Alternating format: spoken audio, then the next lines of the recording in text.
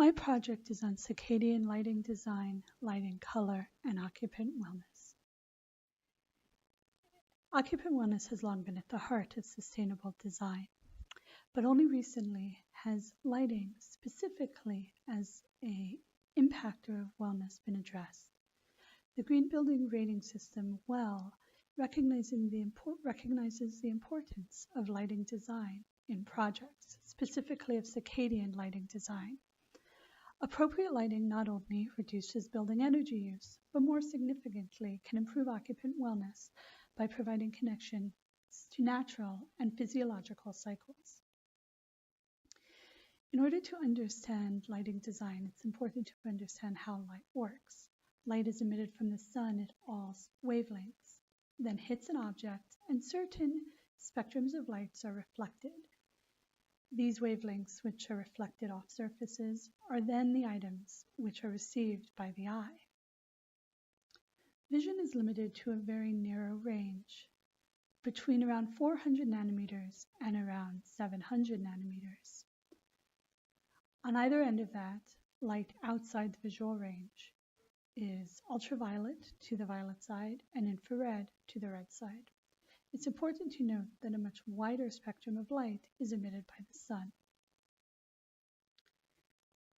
It's long been known that our eyes use cones to see colors and rods to see in dim light.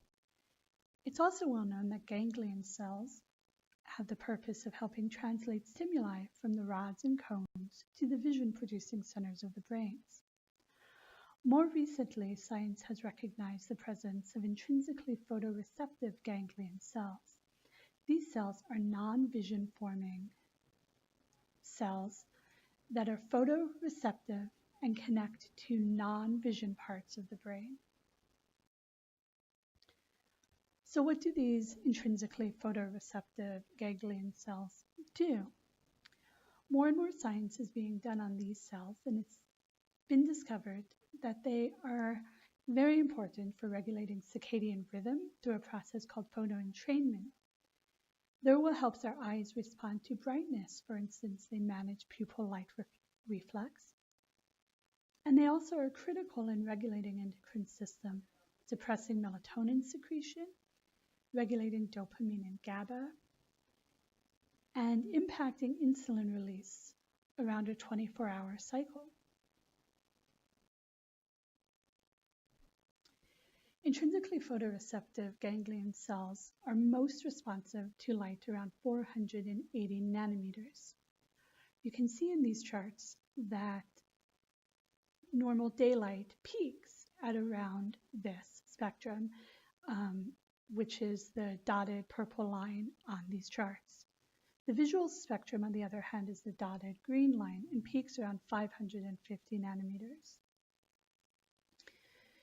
Here you can see a difference in spectrum across different types of light sources. First, daylight, where we have a wide range of light across all spectrums.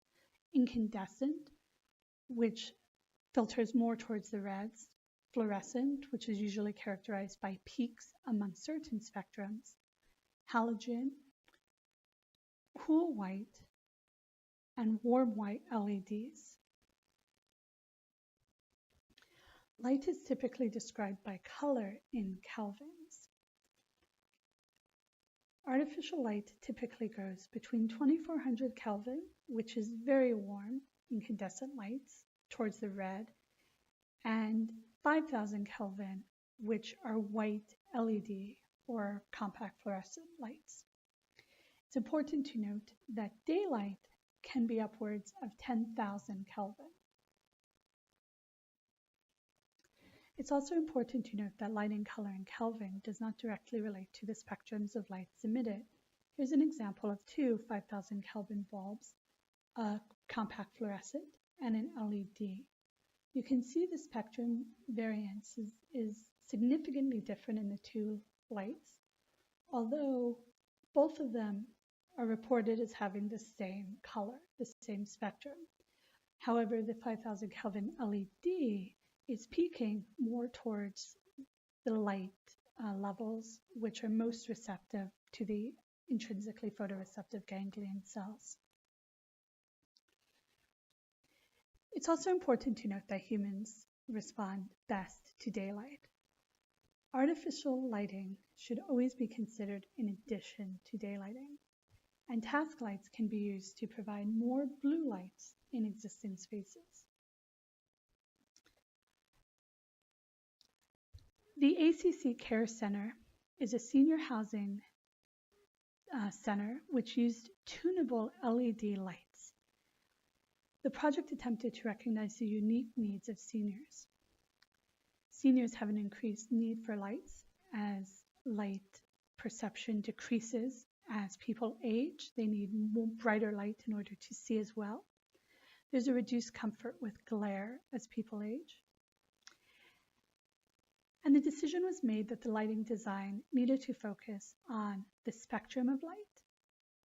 So what color the light was, the intensity of the light, so how bright the light was, the length of exposure of the light, so how long each type of light was in a presence, and the timing of that exposure.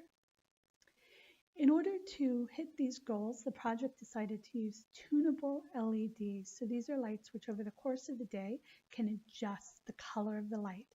And you can see this chart shows that the lights that were used can go from 6,500 Kelvin all the way down to 2,700 Kelvin.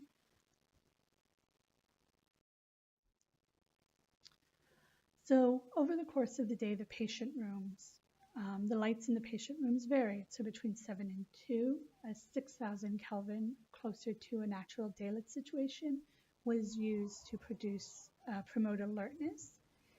In the afternoon, between 2 and 6, a more neutral 4,100 Kelvin light was used. Between 6 and 8, a dimmer 2,700 Kelvin red light was used to help reduce the activation of the intrinsically photoreceptive ganglion cells, which in turn allows increased melatonin production. In general, the project was very successful. They saw a 65% reduction in energy use from lightings by using LEDs and being able to tune their intensity over the course of the day. Resident falls were significantly decreased, attributed mainly to increased alertness.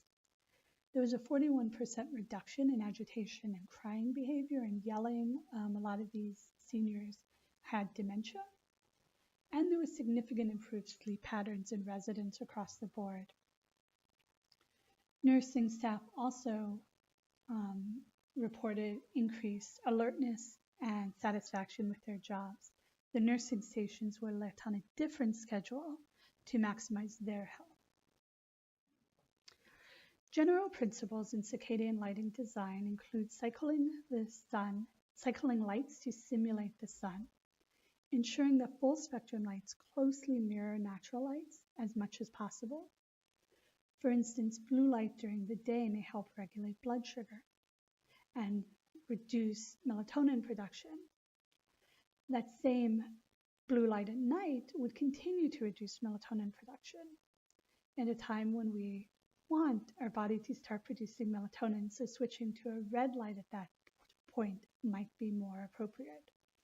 It's also important to note that recent studies have shown that bright blue light in the evening has been associated with depression and sleep problems.